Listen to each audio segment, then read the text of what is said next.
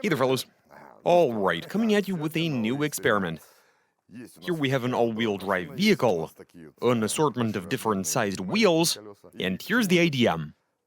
I often notice how a car is driving along, and all of a sudden it pops a wheel. It happens to be all-wheel drive, and it literally has a space saver fitted to it. And we've gotten a few suggestions to take an all-wheel drive car and fit different sized wheels to it, for the purpose of testing whether you can drive in that configuration, how a vehicle with all-wheel drive is going to behave with wheels of different sizes. Yeah, let's do this.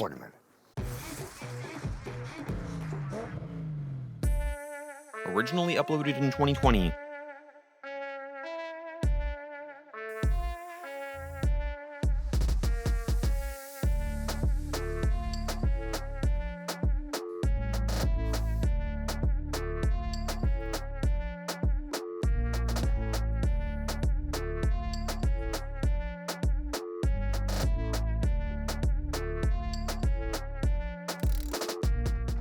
Check out what we got here. We had to mount the tire to a different wheel, because that other one wouldn't fit. It was for a Japanese SUV. And so now we're running one wheel that is obviously bigger than all of the other ones on this UAZ. Now it's all a matter of starting the engine and attempting to drive around to see what happens. Different wheels means they're gonna behave differently, but we're about to see how this actually works, so let's go.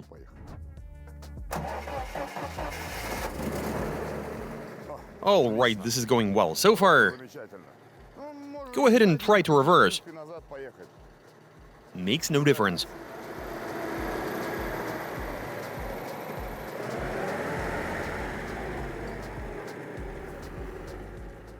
Seems alright. Yeah, it's all good.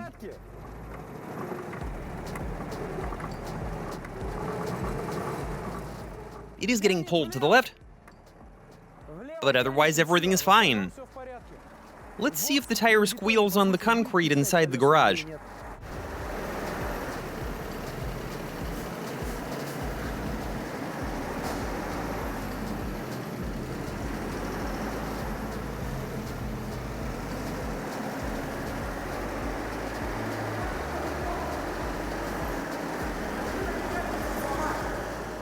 On its own, car doesn't want to roll, as if something won't allow it to, like the brakes are holding it. So the wheels of smaller diameter are rotating at higher speed, while the big one, because of the difference in size and circumference, it is slowing the vehicle down, resulting in it veering to the left. So a single oversized tire doesn't result in anything horrible happening, but now we go ahead and fit another one to the same axle. Up front, we'll be running oversized tires, while in the back, they'll be of smaller diameter. Right, let's see what happens.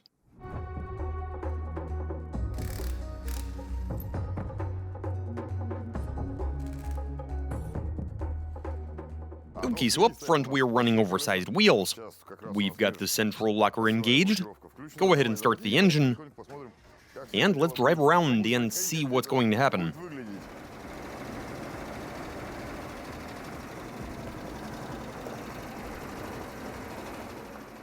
Come on now, keep going. Oh, there we go. So the rear wheels, they're binding. Immediately you notice the difference in their rotational speed.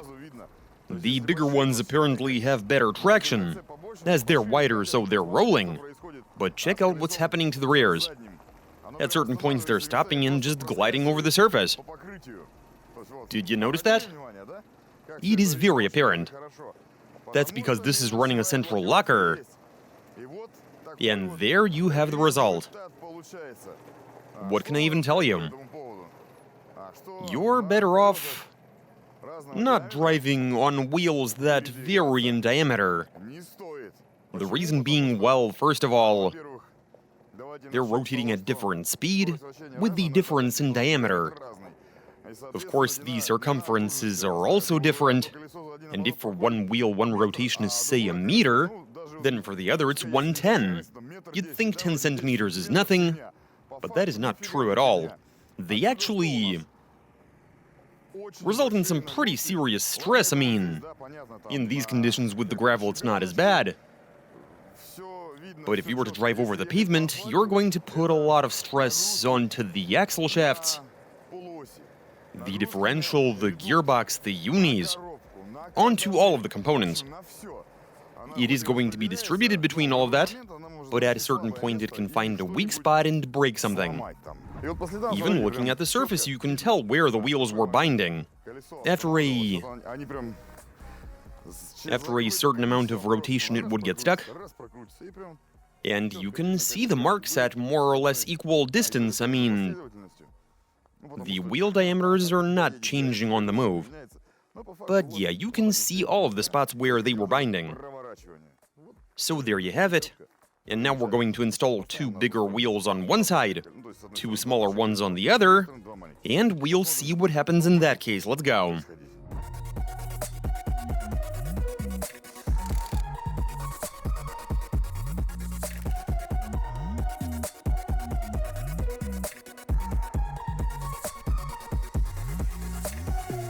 Two wheels of larger diameter are now on the left side, while on the right you've got the regular-sized ones of the type this vehicle should be running. Right, fire up the engine and let's see how this is going to behave. Is it going to roll? Are we going to see slip? What's going to happen?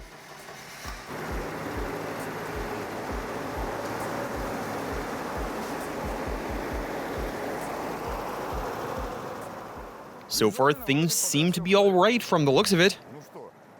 Nothing horrible occurring yet. And he's let go of the wheel. Release the brakes.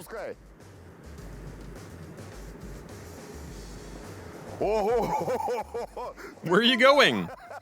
Holy cow. There you have it. Fitted with different wheels, the thing is veering to the right. Because on the left side it's running larger diameter wheels. And that's causing it to veer to the right. Yeah, look at him going to the right. Where are you going? Get back here. There you go. Didn't notice any binding, though. But if you were to hold the steering wheel straight, one of the wheels would surely be slipping, right? If we were to have a locking diff. Yeah, a locker in one of the axles. But this one has got open diffs front and rear, and so nothing is happening. You do feel it pulling to one side, though. I'd imagine if it were a more modern vehicle, something like that, it'd go nuts.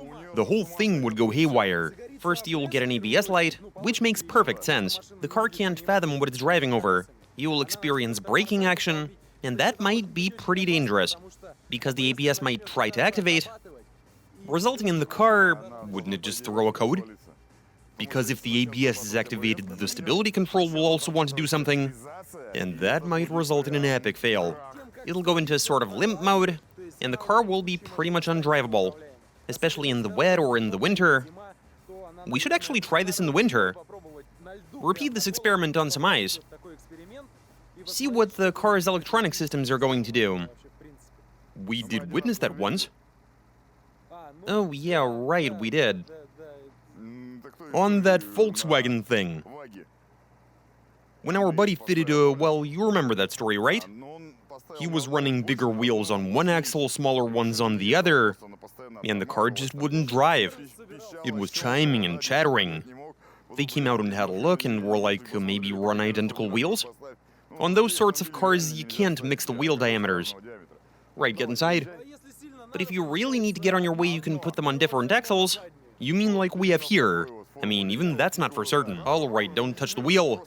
Let's see what the different diameters... The wheel is turning on its own. At about the same speed as the wheels. Yeah, check that out. Is it just going to turn all the way? All the way to full lock. My oh my, holy cow. Come on now. I'm afraid to go any further. No, you still have a bit of room. Come on now. Look at it driving right. That's going to happen with wheels of varying diameter. This is something you're better off avoiding. I mean... It's not as pronounced when reversing. Yeah, you're right. It's not as noticeable going in reverse, but driving forward, it's pretty dramatic. It's steering itself, and at speed, you're going to have to hold on to it. Continuously guide the car. It'll be under constant load, which is not good. It's bad for all of the steering system components. Right, guys, if something ever happens like you pop a wheel and fit a small space saver, take it easy. You definitely should stay below about 40 kilometers an hour. You should head for the nearest tire shop, fix that tire, make sure you're running identical ones at all 4 corners, and get back on your way to wherever you were headed. But don't drive around too much on space savers, or on wheels of varying diameters. It is not good for your car. I'll just leave you with that. And there's the experiment. This has been a 107% success. You saw it all for yourselves. Keep your wheels identical in diameter if that's what's specified. And that's all I got for you. Watch us, subscribe, send in your suggestions, comment, give us a big thumbs up. Alright, catch you later.